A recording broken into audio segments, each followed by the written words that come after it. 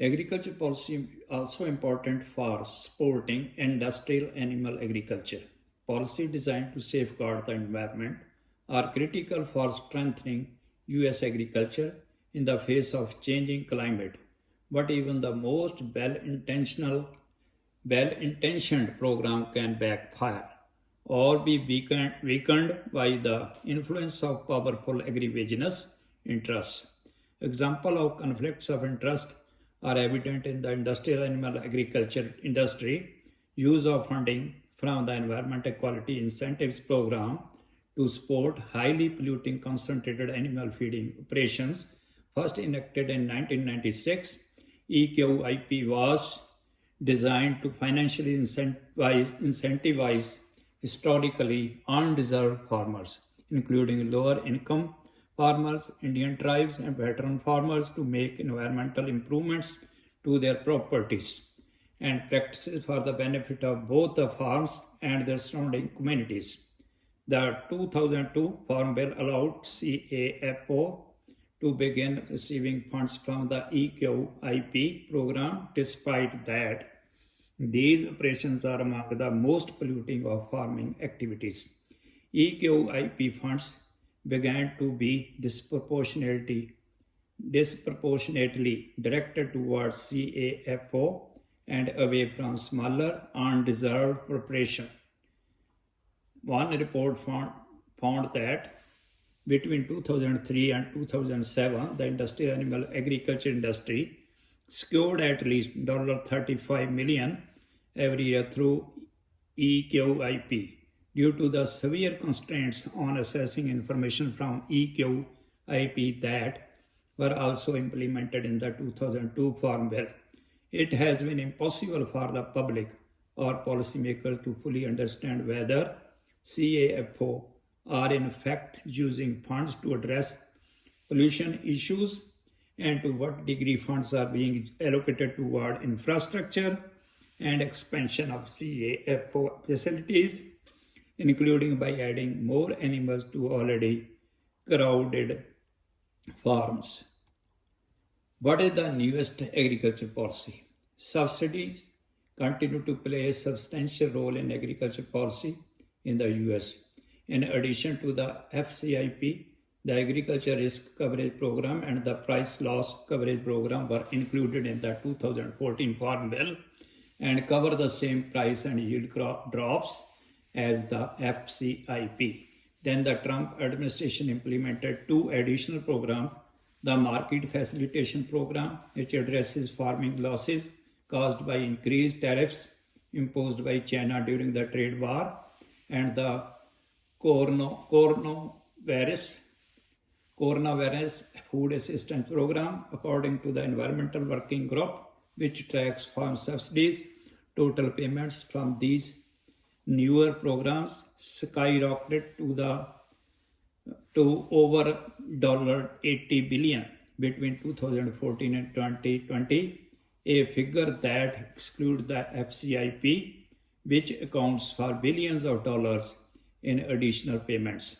Because farms with the largest acreage or yield production receive the biggest payments, the wealthiest farmer end up receiving the bulk of these subsidies, despite the fact that these farms possess financial reserves, allowing them to bear instability far more easily than smaller farms even without assistance. This unequal distribution of payments exacerbates the corporate consolidation of the farming sector. What is the newest agriculture policy? The latest version of the Farm Bill was enacted into law in December of 2018 and will expire in the year 2023. The bill made some notable improvements to farm policy. The largest federal conservation program, the Conservation Stewardship Program, increased payment caps for organic initiatives as well as funding for the collection of organic production data. The bill also increased funding for sustainable practices, including cover crops and crop rotation, which can improve soil health and water quality. Farmers are also now allowed to insure diversified farms rather than monocrops, and programs were authorized that will aid in the development of local and regional seed varieties in order to provide increased resilience in the face of climate change. Unfortunately, the 2018 bill continues to prop up the industrial animal agriculture sector. The bill failed to close loopholes that enable CAFO to benefit from EQIP funding and did not set limits to subsidies for CAFO. Dairy farmers counting for significant greenhouse gas emissions continue to benefit from subsidies.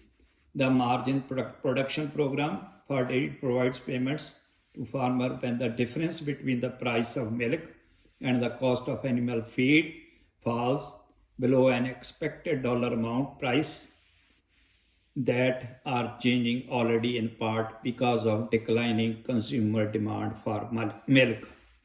Despite some minor tweaks, that FCIP remains intact, helping to disincentivize more climate-friendly farming practices. The 2018 Farm Bill also committed to making severe long-term cuts to the CSP and EQIP of around $5 billion, which will reach beyond the next bill's enactment in 2023. International agriculture policy. Globalization agriculture has profoundly impacted the world, especially after the Industrial Revolution. Agriculture became an increasingly global affair, with wealthier countries controlling natural resources worldwide to satisfy growing domestic consumer demand. In many places, small-scale and subsistence farming continues to be replaced by chemical-intensive industrial agriculture. The resulting proliferation of export-oriented crops other than locally appropriate food crops brings negative local environmental impacts and increases food insecurity. Through policy, nations strive to ensure both domestic food security and economic productivity. Domestic agriculture policy incentivizing environmental stewardship can align economic success and food security with the goals of sustainability and health.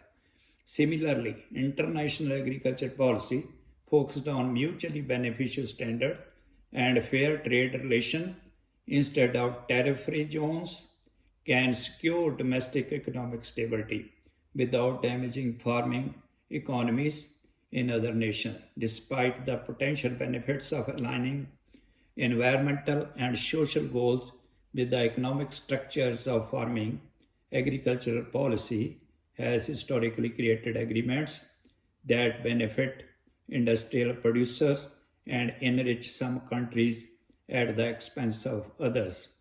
Thank you. Please subscribe, like, and comment.